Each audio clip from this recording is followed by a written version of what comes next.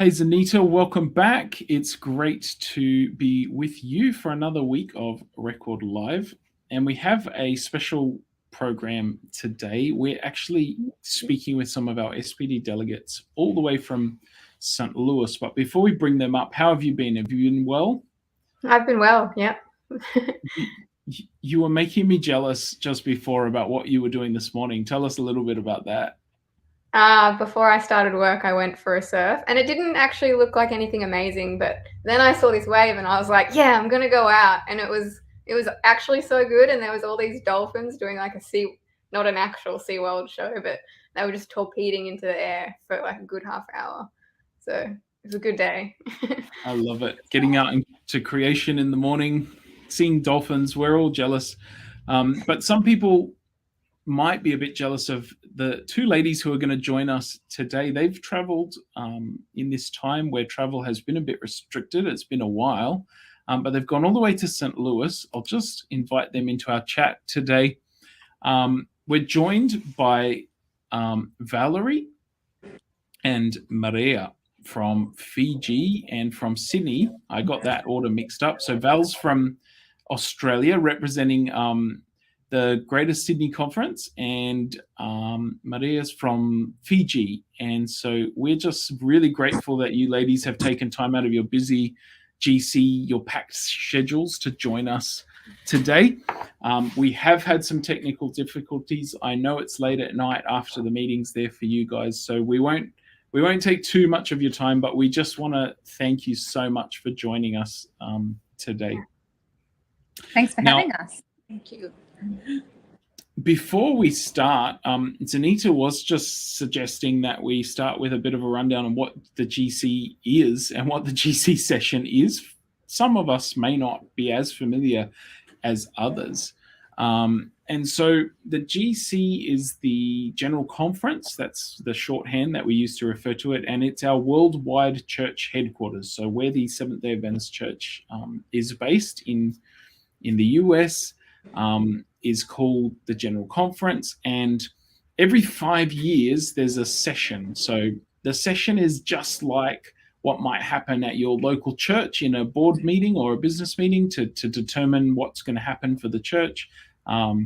It's the same as a constituency meeting at your local conference or mission, and things are decided like what needs to happen, church policy statements, leaders are appointed by nominating committees and that sort of thing. So if you've ever had anything to do with a local mission or conference session, this is like that, but on a worldwide scale. All of the unions and the conferences and the divisions come together right around the world.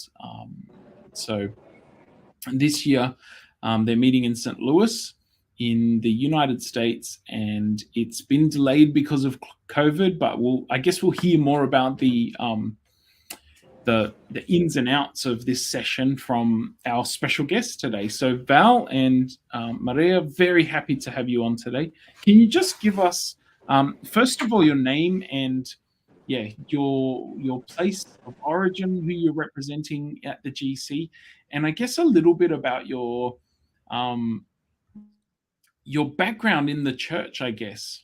Some information on how did you find yourself to be delegates? Yeah, you go first, Valerie. Sure.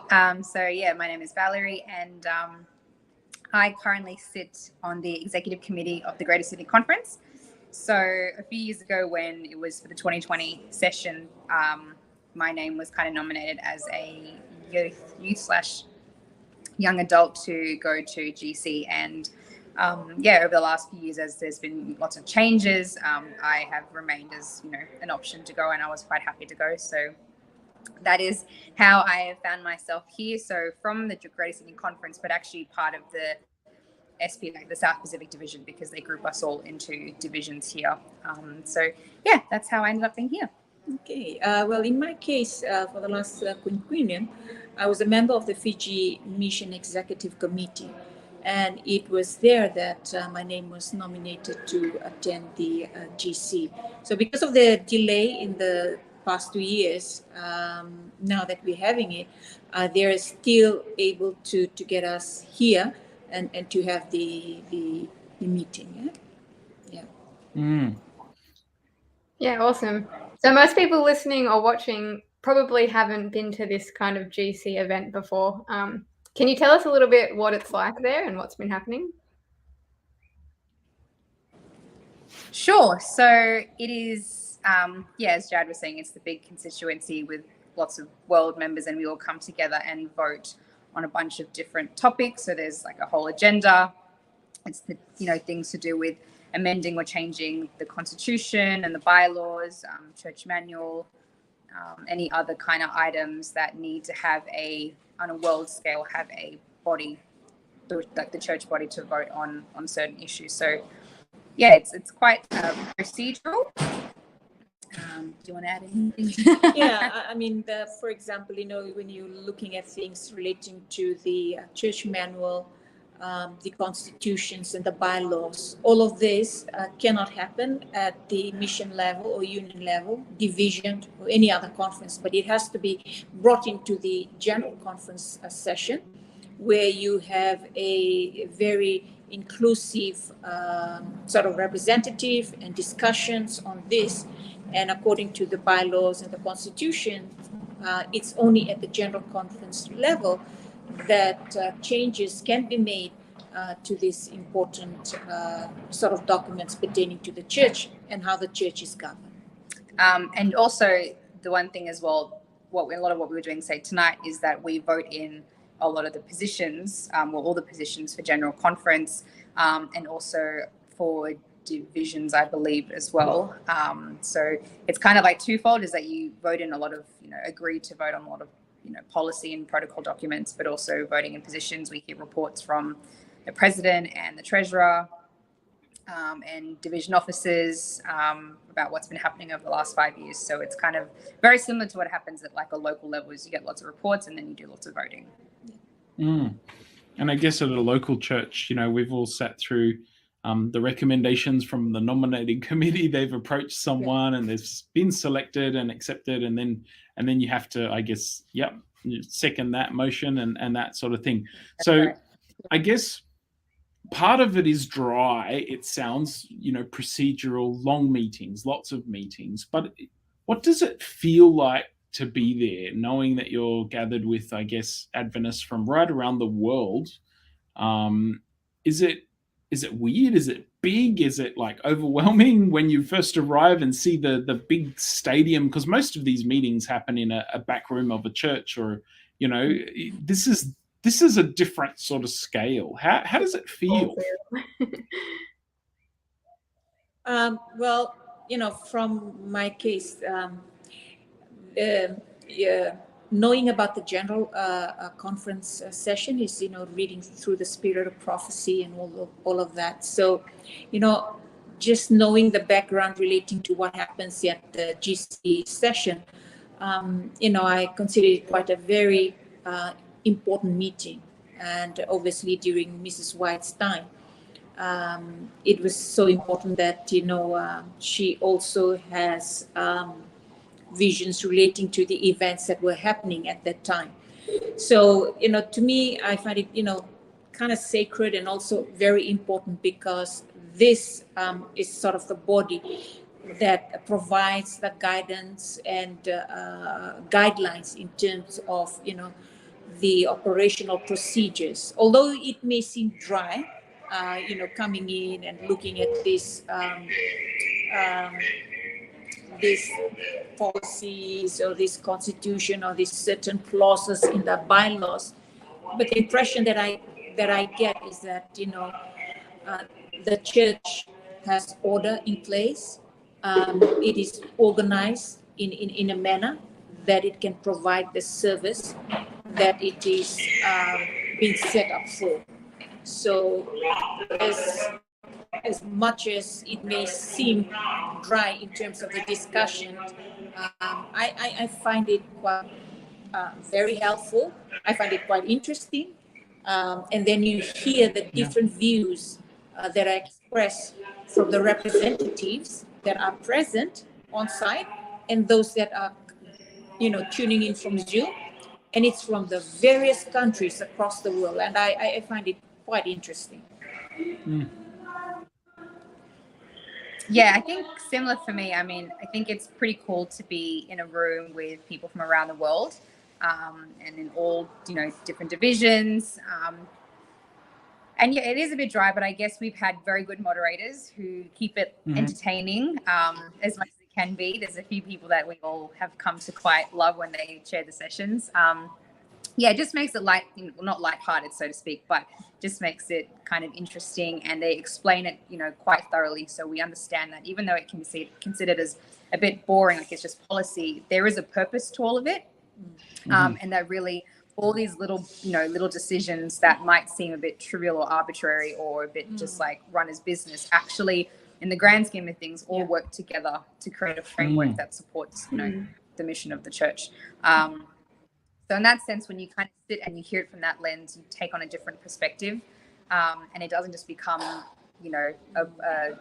task of just voting yes or no. It actually becomes, you look at it in a bigger picture. So that's pretty, it's pretty cool. It's a pretty cool situation. But I have to say as well, I know for me, it's a reminder of, because we are a world church, it's a reminder how we may serve one God and, all subscribe to a similar set of beliefs, but our interpretation of scripture and of those beliefs and the implications of culture on top of that mean that there's a lot of variance in how people feel about certain topics. So it's kind of a reminder. I think, for me, in Australia, there's a particular culture in which we worship and in which we serve.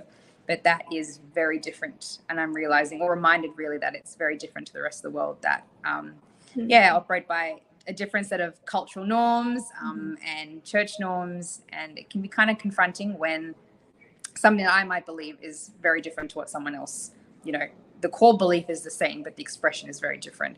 So that's a little challenging, and that's been a bit challenging for me. Yeah. We've had some in our sessions that weren't supposed to be that juicy. There was it ended up being a bit dramatic, and very strong opinions shared, and not always the kindest of words, which is a very interesting kind of scenario to be put in when you're like, well, we're all church folk and we're all Christian, but some of the comments, you kind of sit there like, is that really the best way, or is you really that's the agenda you're pushing forward? But anyway, so it's an interesting balance of policy meets culture meets mission meets personal opinions meets emotions meets church work. So Sorry, you keep going. Yeah, I was just gonna yeah. Sorry. Go ahead. Yeah, I was just going to add into that. And as you can see, our constitutions, our bylaws, and our church manuals, they are all in English. And so we have, a diverse sort of membership in this regard. So what takes long, perhaps, in the meeting is the interpretations and how they view English word and how they see it from their lens. So it is quite a very interesting perspective, whereas those who have English as a first word, it doesn't really matter, they quickly understand that, compared to those that don't have English as their first word. And the thing about the meeting is that the way the meetings have been chaired, it provides that freedom for people to express their views and opinions in that regard, and they don't hold them back or say, sorry, that's not the way we think, or this is the way it is written. But they are very conscious of the fact that, English may not be their first language, and so they have to be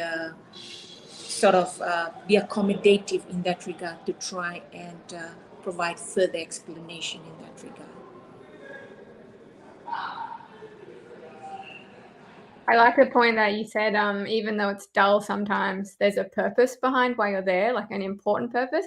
It's almost like when you go to these church meetings, like local church meetings, you sometimes talk about things like potlucks and newsletters, and sometimes it can be like, why are we here? Like, this is so boring. But there is a purpose for it, and it's exciting to hear your experience in that. I guess I'm also wondering, have you learned anything new about the church that has excited you that maybe you weren't excited about before or you didn't know about before? I think, well, because I sit on executive and I've been to a couple of these constituency meetings for Greater Sydney over the last 6 years, I understand how a lot of the decisions are made and the steps that are kind of taken. So in that regard, it hasn't really been anything new for me. But I would say that what I have appreciated is hearing the reports from the president and the treasurer. That's all we've received so far. But also, I guess it's cool to have the explanations behind like policy changes. So that's kind of been interesting to see why there are certain amendments. So in our agenda, for each amendment, they give a rationale. So while I understand the process, it's actually quite nice to understand the rationale behind why we would make, why they're recommending, changing words or, commas or adding new sections and taking out sections. So I think in that sense, that's what I'm learning is very much the inner workings of church policy, which is, something that we are not really ever taught anything about. We're kind of just told like the church manual says this, and it's normally thrown at us that, oh, well, you can't do this because the church manual says this, or, we have to abide by a certain policy.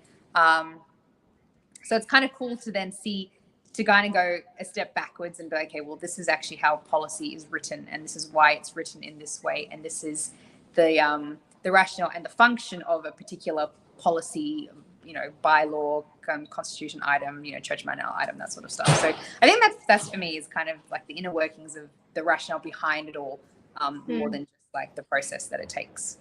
What about you? To me, the very interesting part is really on the missionary side. We had, heard quite a lot of missionary stories, and I see the move towards the General Conference towards mission and missionary effort and all the missionary work that has been undertaken, across many countries. And those to me was the most interesting part, and at the same time, very, very encouraging to hear about the various missionary stories and effort that has been carried, across the world by the various churches, division, and conference in that regard. And this involves not only a past missionary, you also it shows about young people, taking part in missionary work in very challenging places. To me, those were the very interesting parts. Awesome. Tell us a little bit. Oh, and we should remind our viewers that the sessions, we've got Tracy there who's doing some updates for Adventist Record. So if you want to know about what's happening, she's doing some rundowns for that. If you like to learn about the news that's coming out of GC. And we should also remind people that some people are actually online, aren't they? This is the first hybrid GC session. There are delegates who have been able to make the trip, but because of travel restrictions in some countries, because of COVID and that sort of thing, there's a number of delegates who have not been able to make it in person, but are joining online. And this is the first time the church has had this kind of hybrid system. How has it been working? Can you just briefly tell us, are those people like getting to comment? Are there, the voting's been going smoothly, or have they had some hiccups? Because it's been a few years since we've been doing this hybrid situation. So yeah, just curious to see how that's been going. It works now. We had a lot of teething issues yesterday morning where it was more that the internet wasn't, I don't know if it wasn't strong enough or what was going on, if there were too many devices, but about maybe a third of the delegates in-house here were not able to cast votes. And that was a lot of, people then come to the floor and make comments and that say that. So we had to kind of change the voting system just for some of the very early kind of votes in terms of while we're trying to sort out the internet stuff. So that caused a quite of a stir. People got very passionate about the fact that the internet wasn't working. And yeah, but I mean, it was resolved within a few hours. So everyone actually voted, everyone got a chance to vote. So it didn't actually cause any protocol issues. But it didn't work in the beginning. It was just, I think too many people on the system all at once, and it was just kind of adjusting to it. So, but in terms of online, I think the online folk have been able to, because they're on their own internet and whatever else, they're able to, because they're on Zoom as well as then voting on the online voting platform. So they've been able, as far as I know, to. Yeah. But in saying that, once the internet and all the all that teething issues were kind of solved, the atmosphere was much calmer and much more pleasant. People were more relaxed. So it was a very interesting start to session. It kind of started with a bang. People got very, rightly so, but also, it was just kind of interesting because, I'm a millennial. So for me, I'm like, we just work these things out, and it's not it's like you talk to your tech support and tech will fix it. But some other people took it a bit personal, which, so we had to kind of pray over the situation a little bit. And then once it was sorted. Yeah. Like any new system, That's there's right. always a teething problem. And also you have to a culture focus, in the past GC, they're so used to, showing off hands or the traditional method of voting. So here right. we've got, something electronic. And of course, with internet connectivity, there are challenges, but other than that, it's really working perfectly now.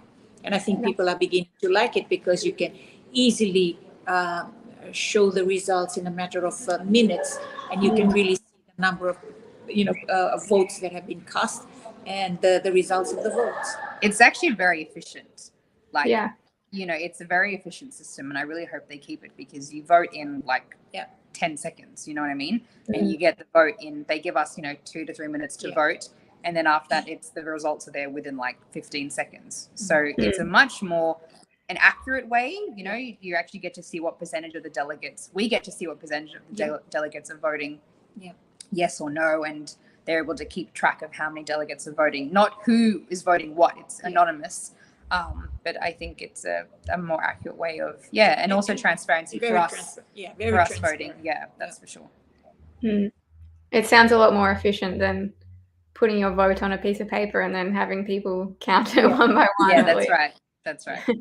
It's obviously quite a large event in terms of how many people attend. Do you have a rough idea of how many people are actually there, and how do these people, Val, you mentioned a little bit of how you were delegated, but how do people come to be there? How are they chosen? Do you know how many people? Well, if I count the votes that were cast, it's close to about 2,000. About 2,000. Yeah. I think there's just under 2,000 or just over 2,000 voting delegates. And then there are, family members, spouses, and general some others, general delegates who can sit and listen but can't vote. That's what I understand is based on what we can see from the voting. And that would be, that's probably actually, those votes include votes online. So there's probably less than that kind of in the room. So, but in terms of the process, I thought I understood, and then I've met some people who don't know how they got to session. So in terms of how their name was nominated, so I thought I understood the process, but I know officers, presidents and of divisions and that sort of stuff, and then secretaries and treasurers or whatever. Then I suppose it's members from committees that are nominated and then accepted by, I think it's the AUC or the SPD to send forward. So I think that's how it's worked for us. I understand most of the delegates are actually lay people, and they have been sort of recommended or nominated from their mission level or at division or conference level. And so that names are then, provided up to the division where, they make the final selection. And what I understand from our Trans-Pacific Union, we comprise of, quite a number of countries. So they do have their selection made from the respective, mission, and which goes on to the Trans-Pacific Union. And of course, being the division, then you the Papua New Guinea conference, you have the New Zealand conference and the Australian conference. So there are processes and procedures in place on in terms of the people that are nominated and finally selected to come to the GC. And I guess I just want to add, it's, not all officers. So there are a lot of, like, even though I sit on the committee, I'm a lay person. So it's not just those who are directly employed by the church. There's a lot of lay people, so those who are not employed by the church, volunteers. Yeah, and to add to that, I also know that when it comes to selection, they want to really give a fair representation. So you have young people like Valerie, you have women, and those men and from different parts of the region, or in terms of the lay people, from different sort of industry or where they come from, because then they add to the various diverse representation that comes from the division in this regard. Yeah, and I think that's something in conversations I've heard and meetings I've sat in, that the SPD and its unions do very well. They're compared to some other regions. I don't know as much how they work, but I do know that in conversations I've heard, there's an emphasis on trying to get more young people in some of these committees, even at local conference levels, and trying to get more women represented, and making sure that there is sort of equal representation. So I think well, I'm proud of our SPD for some of those emphasis, and I think it's really good. Now, sort of going to your guys' experience there. Do you think that it's important to have in-person meetings like this? Because there's been some debate, people suggest that it costs millions of dollars to have these events. Perhaps the money would be better spent on mission. Perhaps the money could be better spent elsewhere. I know the meetings aren't finished, and you may have a different perspective next week once you've experienced, worshipping together on Sabbath and a few different things. But I guess at this point, halfway through, what's your perspective on, now that the technology's there, now that it is possible to do online remote sort of meetings like this, is there still a necessity to have this kind of thing in person, or is it safer, cheaper, easier just to let people join from around the world? Just be interested in your thoughts so far, the experience that you've had. And it's not that if you think that it's fine to do it online that people are gonna don't stress about it. Oh, but you got help to be there. We acknowledge that. I guess yeah. There's going to be a mixed opinions on this, but I just wonder what you've seen that's added to your experience by actually being there. For me personally, I would say that I would lean towards having coming and meeting in person, because it allows representative of the church from various countries to come in a limited time in order to discuss matters pertaining to the church. Now, we can do that online, but the challenge in there is the different time zones. If you're doing it online, that's quite a challenge in that regard, because someone maybe in the night, it would be there. But when you bring them together in a place, we are together at the same time. Okay, we go to the meeting at the same time, and then we finish the meeting at the same time.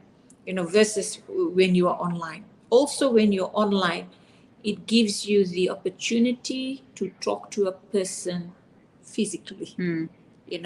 There's that connection. That connection is not, perhaps maybe not in full when you're online. You can sit with that person, you can encourage one another.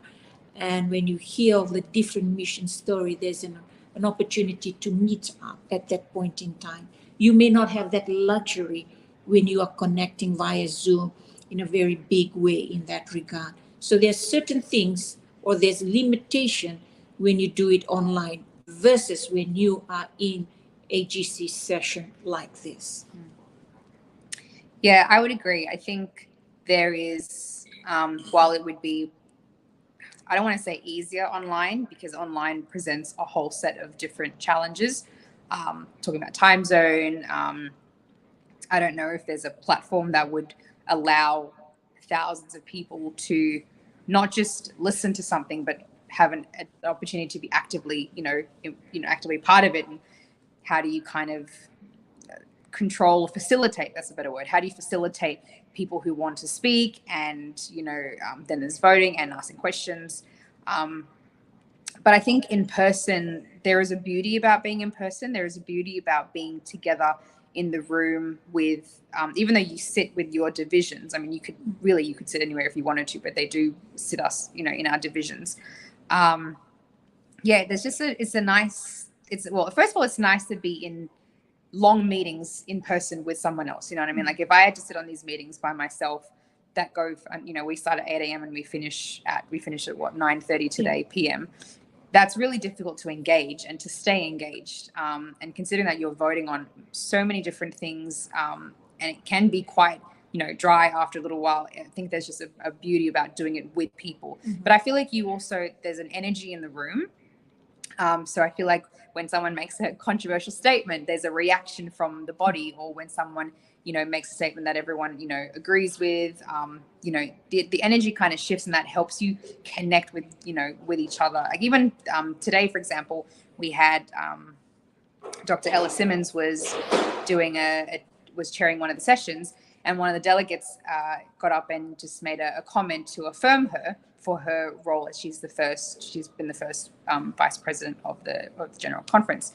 And we gave her a standing ovation.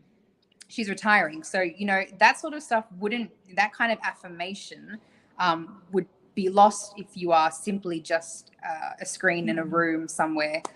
So I still think, it's a lot of work, but I think there is a beauty about coming together as one body and being able to talk to people face to face, and to hear, see facial expressions and body language and tone, which doesn't always come across well if it's purely online. So, the hybrid is, the people online on Zoom have been able to share their opinions, and it comes across. But I think if that have to be, there's sometimes 30 people who want to make comments on sometimes something that I think at least, I'm like, oh, this is an easy vote through. And then you're discussing it for an hour. And like, it's an hour later, you're like, how are we still discussing this? So that stuff would be super difficult to regulate if we were, 2,000 of us online. That would be actually rather painful. Yeah. So I think in person, definitely. So, it's only once every 5 years anyway. So I think, if this was every year, then I might have a different opinion. But and just to add to that, at this GC, we've had the privilege to meet our church brethren from Ukraine. They made that trip. It's quite different from them joining online and coming here in person. And for us, we're really grateful for that. We shake their hands, we encourage them, pray for them, and for them to be in here. They've been encouraged in terms of the support that is provided to them. And that would be different if you were online. Yeah, online has shown many benefits over the last few years, but I think there's nothing like being in person and being able to experience, I guess, the range of emotions there and see the diversity and all of that. Just conscious of what time it is over there for you guys, can you tell us a little bit about what's planned for the next few days that you're there? So today's Tuesday, right? So there's still some 2 more days. 2 more days, and there will be appointments from the various divisions. I think that will come in by tomorrow. And then, of course, we will be hearing reports from the various division and conference, and that's an exciting part that I can't wait to hear. And then we get to hear what is happening all across the world and all the challenges in missionaries and all the things that been faced by the various division and conferences. So that's something that I'm looking forward to. Mm. Yeah. Yes, we have 2 more days of official business where we've got a lot of appointments that we have to vote through. There's still a chunk of constitution, bylaws, church manual stuff, things that we haven't been able to do the last 2 days. We're going to have to try and find a way to get them done in the next 2 days, because they were explaining that normally a session you have about 10 days to go through all the material. But we are doing it in, there's a reduced one. So we're doing like general business in about 4 days. Yeah. Yeah. So yeah, the schedule is very tight. And I'm mindful that there's things that we haven't covered off yet that we need to get done, by Thursday, because Friday, as Maria was saying, is all the reports mission reports. And then Sabbath is a big kind of program, and like a parade of nations and that sort of stuff. So yeah, so we've got a few big days ahead, but we're used to it now. Day 2, it's just like, another day of a 12-hour days, with breaks. They feed us, which is nice. So still a lot left on the agenda to do. So it's can I just confirm this? It's 5 days in total, yeah? Yeah. So we had registration on Sunday, and our official business started yesterday. And it will go until Thursday in terms of business things, and then Friday is mission reports and hearing from lots of the divisions and departments. So Friday is more of like a report day, and not so much a voting business day. But then it finishes Saturday night. And there will be a big high day on Sabbath, obviously a big church service. And I think one of the reasons they've stacked the mission reports on Friday and the business earlier in the week is because for people online and for people in our part of the world, Friday will be Sabbath. So they've got to deal with a 48-hour Sabbath in some senses. So I think that might be one of the reasons that they've had to condense it even further into the 4 days rather than have the whole 5-day week. Right. Hey, look, we're running out of time. We're conscious of the fact that it's late at night there for you, it's okay. ladies, and it's just another session for us. Just another session. You're bringing an honourable one, so that's all right. You're shedding light for all our South Pacific people who may not be able to be there and see this, and when they're watching this, either while the session is happening or even later down the track on our YouTube channel and things like that, it will give some interesting and in-person insights. So we really appreciate you, and you guys are live at the venue. But as we're winding up, we often end in a practical sense on Record Live. We like to take our conversations into a practical space. And, I was thinking, how do we do that? Because these meetings are not something that all of us as members will be able to take part in our lifetimes necessarily. Not everyone gets delegated to the general conference session. But what I want to know for you guys personally, maybe you can bring it back to the personal level. What do you bring home from the GC, apart from possibly souvenirs for your family members? What do you see yourselves taking out of this experience for your local church, potentially your service on executives in the future, your own personal faith journey? What is something that this experience is going to give you to come home with? Okay, for me personally, it's a personal affirmation for me. This is a true church of God, and whatever work that we do, that God is a God of order, and likewise in terms of the things that the church does, that it also need to undertake that in order. I am a number of things sort of confirms to me in terms of the focus, the next 5 years focus in terms of the work, be involved in the missionary work. And there's quite a lot of learnings that I could take from there. And I was taking notes that I would like to share to my church, and likewise to my mission, on the various things that I have learned here in this session. And for me, as my say, personal spiritual journey, it has strengthened that. And I have a lot more confidence in the church as a whole, whether it at mission level or union level, or division level, likewise in the conference, and in terms of the GC. I am sort of, satisfied with the way that they carry out the sessions, and in terms of the working documents, and how they allow people to express their views and then coming together so the decision is made in a more democratic way, which encompasses the whole membership in that regard. Yeah, I think for me, excuse me, I think for me as a young person here, I think it's shown me that we have a responsibility to be involved and to kind of not force our way into being involved, but to try and be more visible and to be more informed about what happens, kind of at a church level. But I think it's more than just being informed. I think it's that at the local level, that's where things really, the church can make all sorts of different policies and policy changes, but it has to filter down. And really it is the work of the local church where change and mission actually happens.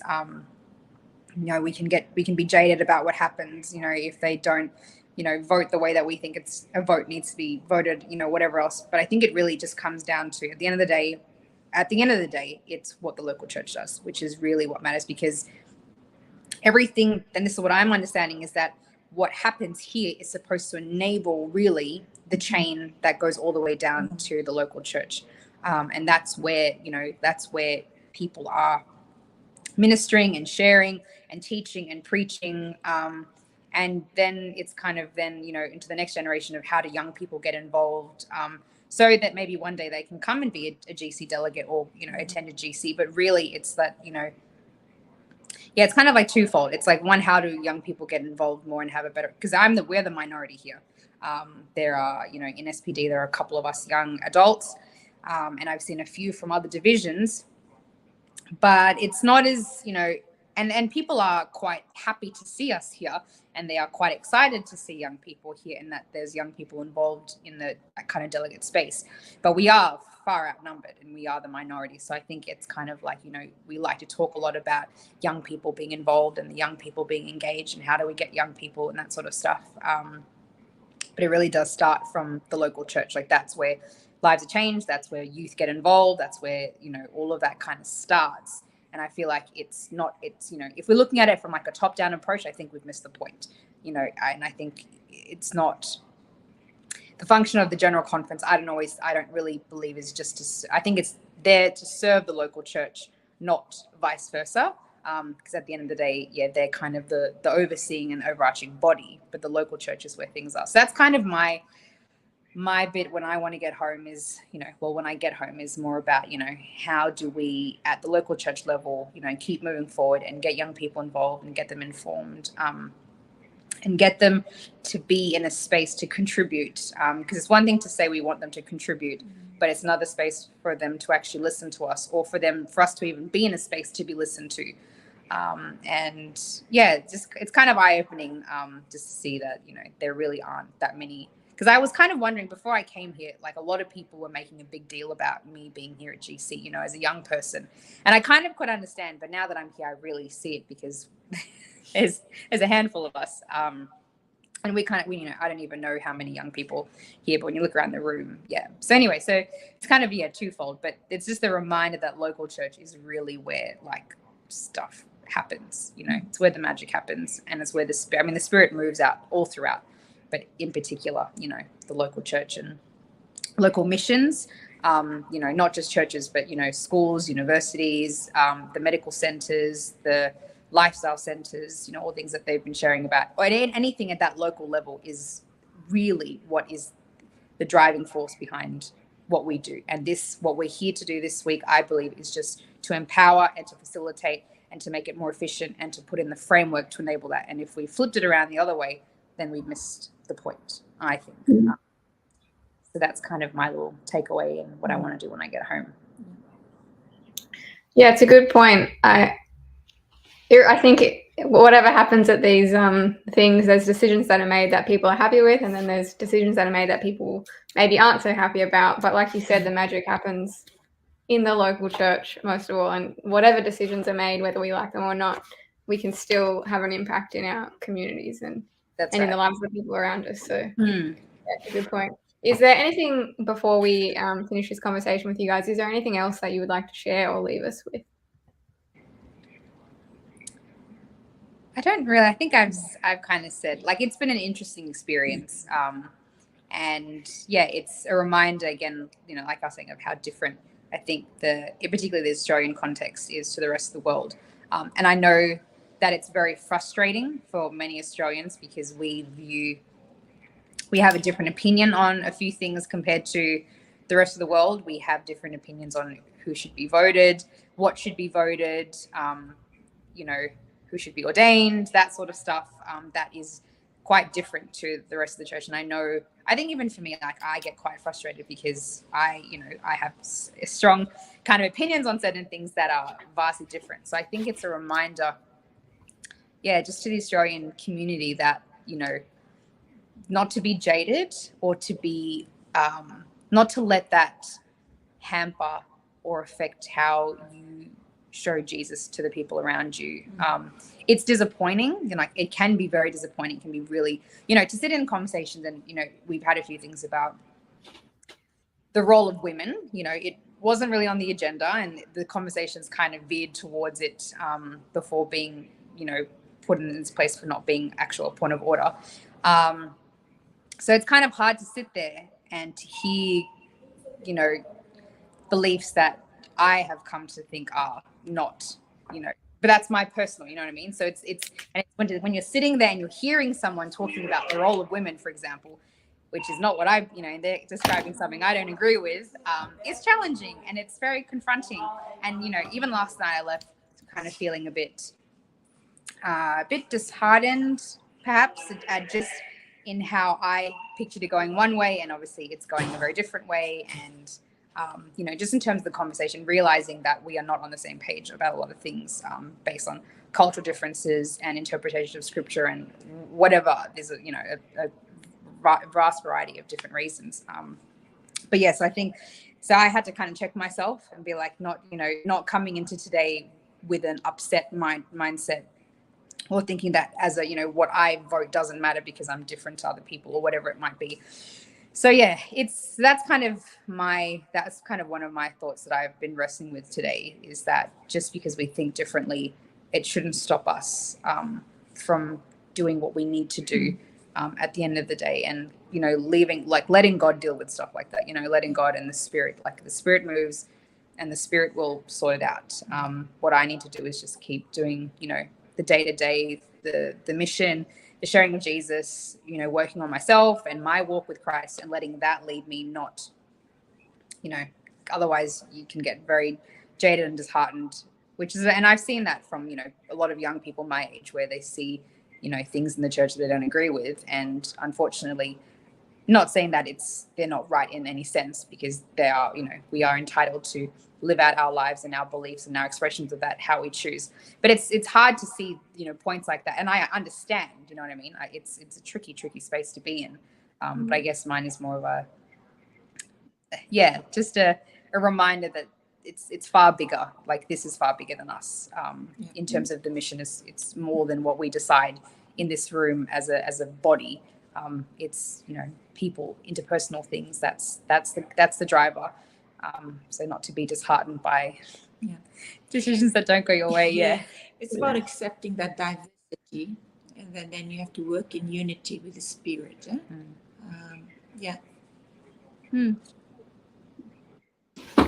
Hey, thanks so much, guys, for joining us. Next week, join us again for Record Live. Valerie, we've got I talked to you the other day about this book that we've recently launched, Living Kingdom.